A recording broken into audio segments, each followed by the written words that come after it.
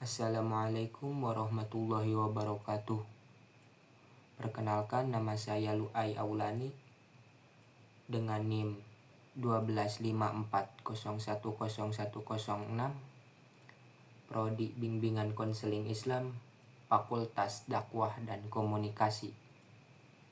Saya memenuhi tugas UAS mata kuliah Ilmu Komunikasi. Dosen pengampu Bapak Dr. Haji Cecep Suryana MSI. Saya akan menjawab soalan pertama. Ilmu komunikasi awalnya berasal dari retorika yang terkenal pada zaman Socrates. Ilmu komunikasi pada mulanya berkembang dari retorika, yaitu seni berbicara, berdebat, dan meyakinkan orang lain. Retorika menjadi dasar penting dalam komunikasi karena mengajarkan bagaimana seseorang dapat menyampaikan pesan secara efektif. Pada masa Yunani kuno, retorika berkembang pesat dan dipelajari oleh tokoh-tokoh besar, terutama Socrates, Plato, dan Aristoteles. Socrates adalah salah satu tokoh yang membuat retorika terkenal melalui metode tanya jawab yang kemudian menjadi fondasi dalam perkembangan ilmu komunikasi.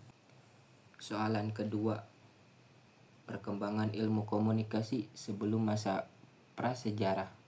Sebelum masa prasejarah, perkembangan komunikasi berlangsung seiring dengan perkembangan kemampuan manusia.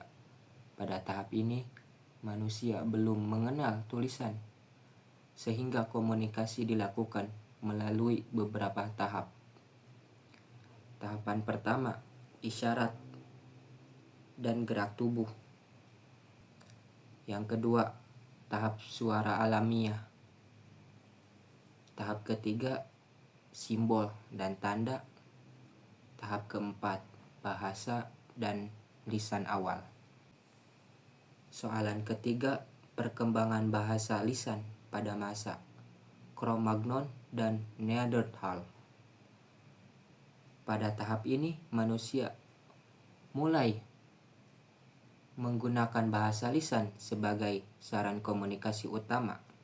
Masa ini ditandai oleh kehidupan modern, berpindah-pindah tempat yang dijalani oleh spesies manusia purba seperti Cro-Magnon dan Neanderthal.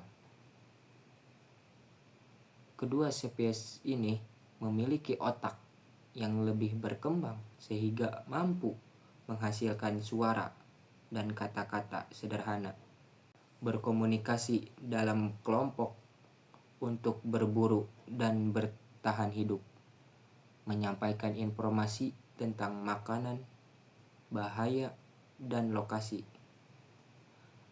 membangun kerjasama melalui percakapan dasar. Soalan keempat, setelah masa Benjamin Franklin, ilmu komunikasi mulai diajarkan secara formal. Pada periode 1700 sampai 1870, masa Benjamin Franklin ditandai dengan berkembangnya surat kabar, percetakan, dan media informasi. Perkembangan ini membuka jalan bagi komunikasi untuk dipelajari secara ilmiah. Memasuki awal abad ke-20, ilmu komunikasi mulai diajarkan secara formal di universitas. Tokoh yang dianggap sebagai populer kajian komunikasi modern adalah Harold de Lasswade. Ia memperkenalkan model komunikasi terkenal, yaitu siapa mengatakan apa, melalui saluran apa, kepada siapa, dan efek apa. Model ini menjadikan komunikasi sebagai ilmu yang sistematis dan dapat dipelajari secara akademik. Soalan kelima, dampak revolusi industri terhadap perkembangan ilmu komunikasi. Pada zaman dahulu, manusia menggunakan kuda, unta, dan delman sebagai alat transportasi. Perjalanan sangat lambat sehingga penyebaran informasi juga membutuhkan waktu lama. Namun pada revolusi industri di Inggris abad ke-19 ditemukan lokomotif kereta uap yang membuat perjalanan jauh lebih cepat. Perubahan besar dalam transportasi ini berdampak langsung pada perkembangan ilmu komunikasi, yaitu 1. Mobilitas dan pertukaran informasi menjadi lebih cepat. 2. Pengiriman surat dan koran menjadi lebih efektif. 3. Munculnya jaringan komunikasi modern. 4. Perluasan interaksi antar wilayah. Soalan ke-6, komunikasi menurut Salmon dan Weaver. Menurut Shannon dan Weaver, komunikasi adalah proses ketika seseorang mengirimkan stimulus atau pesan kepada orang lain dengan tujuan mengubah, memengaruhi, atau membentuk perilaku penerima. Mereka mengembangkan model komunikasi linear yang menjelaskan bahwa komunikasi berlangsung sebagai aliran satu arah. 1. Sumber, 2. Pesan, 3. Saluran, 4. Penerima, 5. Dengan kemungkinan adanya gangguan. Fokus utama model ini adalah bagaimana pesan dapat sampai secara efektif dari pengirim ke penerima. Soalan ke-7, komunikasi menurut Everett M. Rogers. Menurut Everett M. Rogers, komunikasi adalah proses ketika suatu ide dialihkan dari sumber pengirim kepada penerima dengan tujuan mengubah pengetahuan, sikap, atau tingkah laku penerima.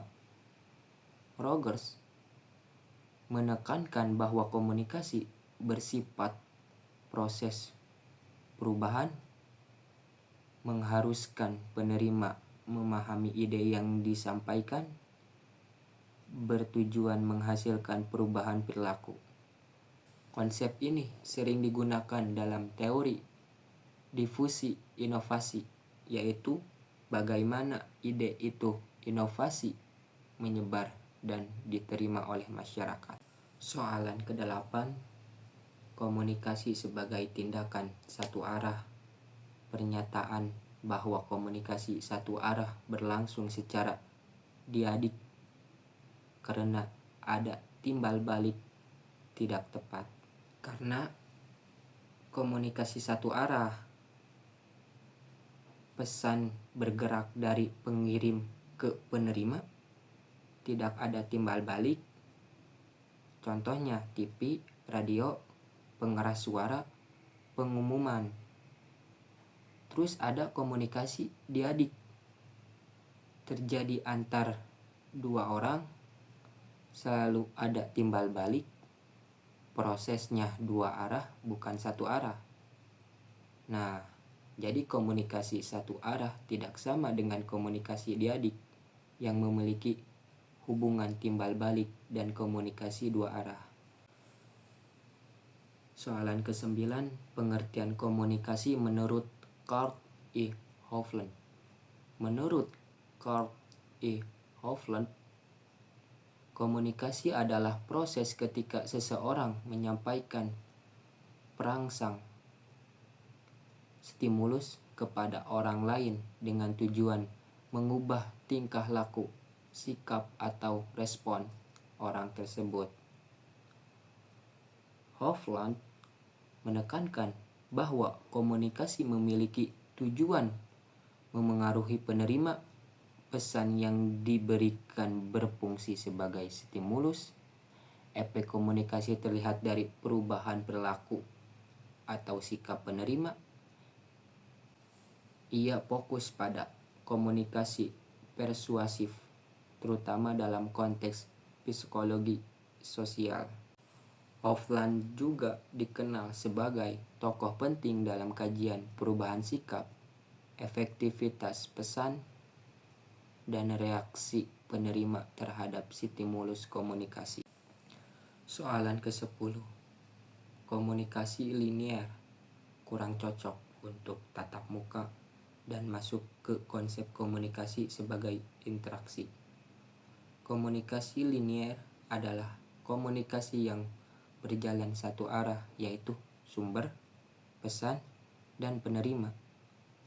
Model ini tidak cocok untuk komunikasi tatap muka karena 1. Tidak memperhitungkan umpan balik, 2. Terlalu berpusat pada sumber, 3. Tatap muka bersifat dua arah. Karena itu, komunikasi tatap muka lebih tepat digolongkan sebagai komunikasi sebagai interaksi. Komunikasi sebagai interaksi berarti ada timbal balik, pengirim dan penerima dapat bertukar peran, prosesnya dialogis, bukan satu arah. Soal khusus tentang ayah dalam memimpin keluarga. Ayah sangat berjasa pagi, siang, malam, bekerja tanpa lelah demi keluarganya. Dia pemimpin yang sangat baik tanpa menginginkan imbalan.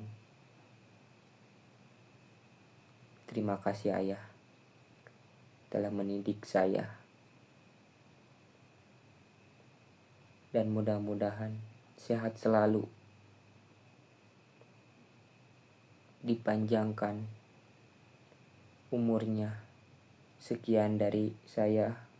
Mohon maaf kalau ada kesalahan. Maklum, saya masih belajar. Ditutup saja. Wabillahi taufiq wal hidayah. Wassalamualaikum warahmatullahi wabarakatuh.